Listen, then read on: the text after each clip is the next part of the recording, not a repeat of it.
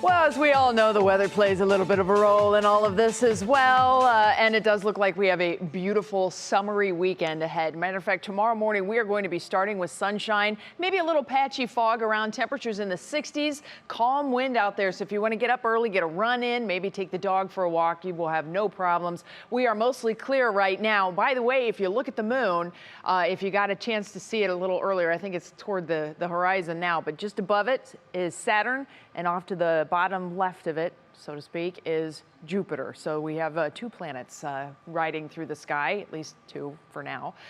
Temperatures are in the 60s and low 70s right now. Relatively light winds, just a bit of a breeze out there, helping to keep things stirred up. But keep in mind, it's still pretty darn humid. Look at the relative humidity rates. Now remember, relative humidity is how much humidity is in the air relative to how much the air could hold at current conditions. So our glass is 100% full in tropical Dover, about 87% full, so to speak, in the Elyria area. So it's plenty humid out there, and that is why we have some light fog that is forming. I mentioned that we're down to 3-mile visibility at Dover. I don't think this is going to be the dense fog advisories like we had earlier. If that is going to be the case, it'd probably be down toward Carroll County where we had the heavy rain yesterday. But more likely than not, it'll just be a light fog. A lot of folks like to track the dew point temperatures. This is what tells you the comfort level of the humidity. We still have dew points in the 60s, and as we go through the week ahead, look what happens to our dew points. They continue to creep back up toward the tropical standards in the 70s. So it's going to get real humid here once again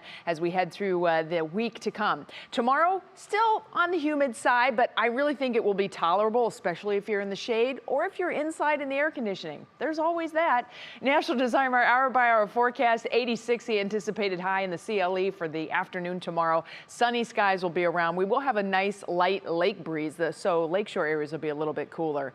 Boy, the tropics really got interesting earlier this evening. This is Hurricane Grace. Grace, earlier this evening, if you joined us at 6, I was talking about how symmetrical the storm was. From 6, when it was a Cat 1, till now, it is a Cat 3. It intensified incredibly fast, and it is very slowly trudging toward the coast of Mexico. And as it comes in, it should deteriorate rather quickly. But boy, this is a beast of a storm, that Cat 3, 120-mile-per-hour winds. Meanwhile, Henri is still sitting out here off the East Coast. It is intensifying ever so slowly. What I want you to see, you don't really see the big rotation, right? That counterclockwise flow, at least we don't see that in these thunderstorms. But there is a whole lot of new thunderstorm development, and that is another sign of intensification. So still a tropical storm, 70-mile-per-hour winds with 85-mile-per-hour gusts. It is anticipated to start a northward trend as we head through the night tonight into tomorrow.